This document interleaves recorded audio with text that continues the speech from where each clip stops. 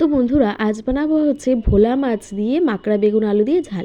তো তার জন্য ভোলা মাছটাকে প্রথমে লবণ হলুদ দিয়ে মাখিয়ে নিয়েছি। তারপর কড়ার মধ্যে সর্ষের তেল গরম করে একে একে সমস্ত ভোলা মাছগুলো দিয়ে ভাজা হতে রাখবো। এদিকে ভোলা মাছটা ভাজা হতে থাক, আর অন্যদিকে ছাদ বাগান থেকে আমি কটা ধনেপাতা তুলে নিয়ে আসি। এসে দেখি মাছটা পুরো লাল লাল করে ভাজা হয়ে গেছে। এবার আমি মাছটা তুলে রাখবো। তারপর মাছ ভাজা তেলের মধ্যে 1 চামচ কালো জিরে দিয়ে দেবো। কালো জিরে দিয়ে দেওয়ার পরে মাকড়া বেগুন আর আলুটা ভাজতে দেবো। আর অন্যদিকে হচ্ছে আমি একটা পেস্ট বানিয়ে নেবো, যার মধ্যে ছিল 4টে কাঁচা লঙ্কা, 2টো শুকনো লঙ্কা, ধনেপাতা।